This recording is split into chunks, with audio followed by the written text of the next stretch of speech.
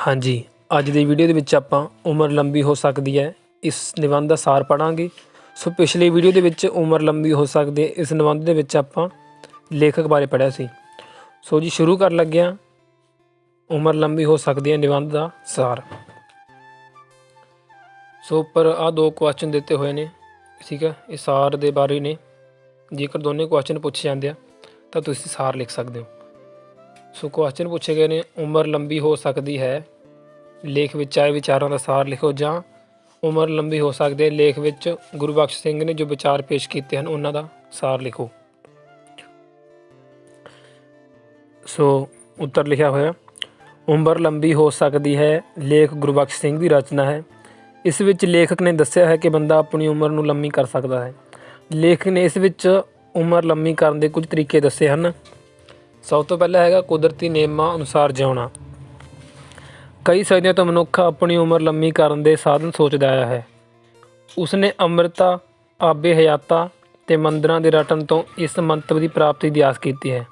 ਪਰ ਉਮਰ ਵਧਾਉਣ ਦਾ ਸਭ ਤੋਂ ਚੰਗਾ ਸਾਧਨ ਕੁਦਰਤੀ ਨਿਯਮਾਂ ਅਨੁਸਾਰ ਜਿਉਣਾ ਅਤੇ ਆਪਣੇ ਆਲੇ ਦੁਆਲੇ ਨੂੰ ਚੰਗਾ ਅਤੇ ਸਵੱਛ ਬਣਾਉਣਾ ਹੈ।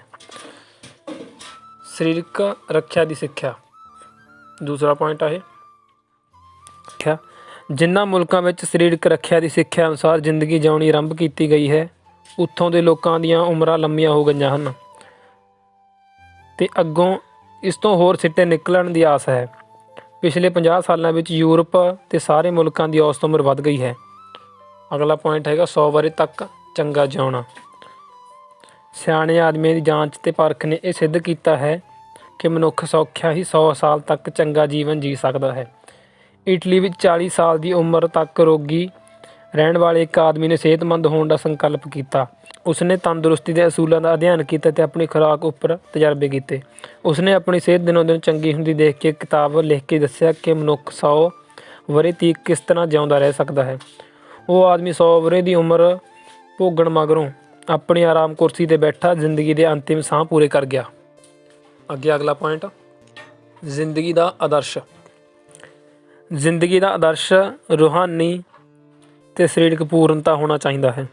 ਇਸ ਤੋਂ ਭਾਵ ਇਹ ਹੈ ਕਿ ਸਰੀਰ ਜਵਾਨ ਹੋ ਕੇ ਪੂਰੇ ਜੋਬਨ ਵਿੱਚ ਆਉਣ ਤੋਂ ਮਗਰੋਂ ਕਾਫੀ ਸਮਾਂ ਚੁਸਤ ਅਤੇ ਤਕੜੀ ਸਿਹਤ ਵਿੱਚ ਰਹੇ ਅਤੇ ਅੰਤ ਵਿੱਚ ਜ਼ਿੰਦਗੀ ਤੋਂ ਰੱਜਿਆ ਹੋਇਆ ਅਨੁਭਵ ਕਰੇ ਅਤੇ ਮੌਤ ਕੋਲੋਂ ਡਰਨ ਦੀ ਥਾਂ ਉਸ ਦੀ ਇੱਛਾ ਪੈਦਾ ਹੋ ਜਾਵੇ। ਅੱਗੇ ਲਿਖਿਆ ਹੋਇਆ, ਬੁਢਾਪੇ ਵਿੱਚ ਜੀਵਨ ਦੀ ਲਾਲਸਾ। ਆਮ ਕਰਕੇ ਦੇਖਿਆ ਗਿਆ ਹੈ ਕਿ ਬੁਢਾਪੇ ਵਿੱਚ ਜੀਵਨ ਦੀ ਲਾਲਸਾ ਵਧੇਰੇ ਤੀਵਰ ਹੋ ਜਾਂਦੀ ਹੈ ਅਤੇ ਬੁੱਢੇ ਆਪਣੇ ਆਪ ਨੂੰ ਬਚਾਉਣ ਲਈ ਬੜੀਆਂ ਹਾਸੋਹੀਣੀਆਂ ਗੱਲਾਂ ਕਰਦੇ ਹਨ, ਪਰ ਜਵਾਨ ਆਦਮੀ ਕੁਰਬਾਨ ਹੋਣ ਲਈ ਛੇਤੀ ਤਿਆਰ ਹੋ ਜਾਂਦਾ ਹੈ।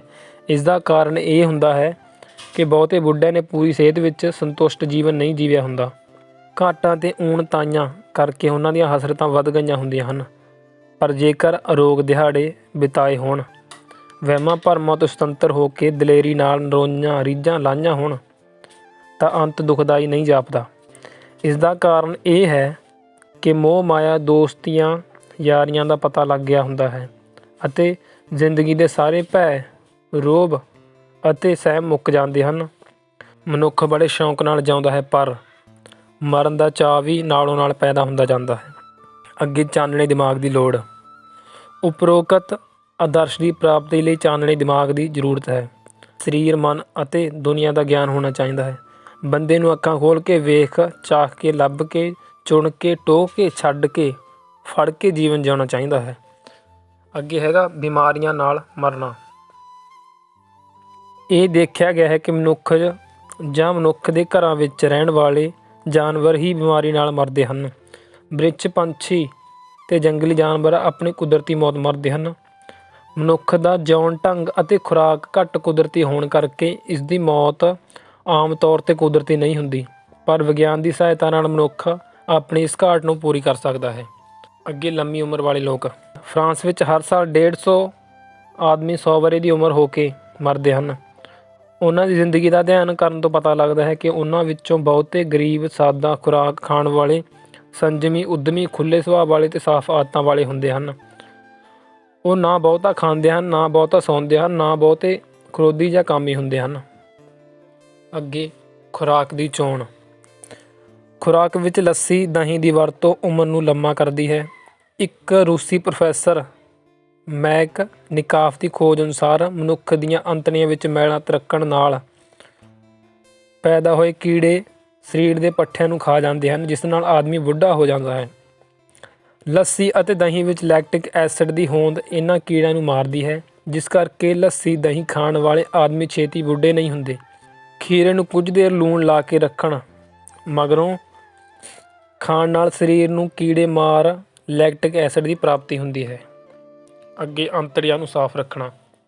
ਸਾਨੂੰ ਆਪਣੇ ਸਰੀਰ ਦੀਆਂ ਵੱਡੀਆਂ ਅੰਤੜੀਆਂ ਨੂੰ ਵੀ ਸਾਫ਼ ਰੱਖਣ ਦਾ ਯਤਨ ਕਰਨਾ ਚਾਹੀਦਾ ਹੈ। ਇਸ ਕਰਕੇ ਮੋਟੀ ਅਤੇ ਖੁਰਦਰੀ ਖੁਰਾਕ ਖਾਣੀ ਚਾਹੀਦੀ ਹੈ, ਜਿਹੜੀ ਸਰੀਰ ਵਿੱਚ ਸਾਰੀ ਹਜਮ ਨਾ ਹੋ ਕੇ ਬਾਹਰ ਨਿਕਲਣਾ ਮੰਗਦੀ ਹੋਵੇ। ਇਸ ਤਰ੍ਹਾਂ ਕਬਜ਼ੀ ਨਹੀਂ ਹੁੰਦੀ ਅਤੇ ਅੰਤੜੀਆਂ ਸਾਫ਼ ਅਤੇ ਬੂ ਰਹਿਤ ਰਹਿਣ ਨਾਲ ਜ਼ਹਿਰੀਲੇ ਮਾਦੇ ਵਿੱਚ ਉੱਪਰਲੀ ਪ੍ਰਣਾਲੀ ਵਿੱਚ ਦਾਖਲ ਨਹੀਂ ਹੁੰਦੇ। ਸਬਜ਼ੀਆਂ, ਅਣਸਾਣਿਆ ਆਟਾ, ਸਾਗ, ਸਲਾਦ, ਕੱਚੀਆਂ ਸਬਜ਼ੀਆਂ, ਖੀਰੇ, ਤਰਾਂ, ਖਰਬੂਜੇ, ਹਦਵਾਣੇ, ਸੰਤਰੇ, ਆਲੂ, ਲੱਸੀ, ਦਹੀਂ, ਦੁੱਧ, ਗੋਭੀ ਦੇ ਟੰਡਲ, ਮੂਲੀ ਦੇ ਪੱਤੇ ਅਤੇ ਸਬਜ਼ੀਆਂ ਦੇ ਛਿੱਲੜ ਇਸ ਮੰਤਵ ਨੂੰ ਸਿੱਧ ਕਰਨ ਲਈ ਬੜੀਆਂ ਚੰਗੀਆਂ ਚੀਜ਼ਾਂ ਹਨ। ਅੱਗੇ ਘਾਤਕ ਖੁਰਾਕ। ਨਸ਼ੀਲੀਆਂ ਚੀਜ਼ਾਂ, ਤੰਬਾਕੂ, ਸ਼ਰਾਬ, ਭੰਗ ਅਤੇ ਸਰੀਰਕ ਪ੍ਰਣਾਲੀ ਨੂੰ ਸੁੰਨ ਕਰਕੇ ਆਰਾਮ ਦੇਣ ਵਾਲੀਆਂ ਦਵਾਈਆਂ ਉਮਰ ਨੂੰ ਘਟਾਉਂਦੀਆਂ ਹਨ। ਤਾਕਤਵਰ ਖੁਰਾਕਾਂ, ਮਾਸ, ਘਿਓ, ਬਦਾਮ, ਮੁਕੱਵੀ, ਮਜੂਨ ਕਬਜ਼ੀ ਕਰਦੇ ਹਨ ਅਤੇ ਸਰੀਰ ਲਈ ਘਾਤਕ ਸਿੱਧ ਹੁੰਦੇ ਹਨ, ਕਿਉਂਕਿ ਇਹਨਾਂ ਨਾਲ ਸਰੀਰ ਵਿੱਚ ਮਾਰੂ ਕੀੜੇ ਪੈਦਾ ਹੁੰਦੇ ਹਨ, ਜੋ ਹੌਲੀ ਹੌਲੀ ਸਰੀਰ ਨੂੰ ਖਾ ਜਾਂਦੇ ਹਨ। ਅੱਗੇ ਰੋਗ ਅਤੇ ਸੰਯਮ। ਬੁਢਾਪੇ ਦਾ ਵੱਡਾ ਕਾਰਨ ਰੋਗ ਦੀ ਹੋਂਦ ਅਤੇ ਸੰਜਮ ਦੀ ਅਣਹੋਂਦ ਹੈ। ਜਿਹੜਾ ਆਦਮੀ ਬੁਢਾਪੇ ਨੂੰ ਦੂਰ ਰੱਖਣਾ ਚਾਹੁੰਦਾ ਹੈ, ਉਸ ਨੂੰ ਹਰ ਗੱਲ ਵਿੱਚ ਸੰਜਮ ਰੱਖਣਾ ਚਾਹੀਦਾ ਹੈ। ਨਰੋਆ ਸਰੀਰ ਬਿਮਾਰੀਆਂ ਉੱਪਰ ਫਤਿਹ ਪ੍ਰਾਪਤ ਕਰ ਲੈਂਦਾ ਹੈ।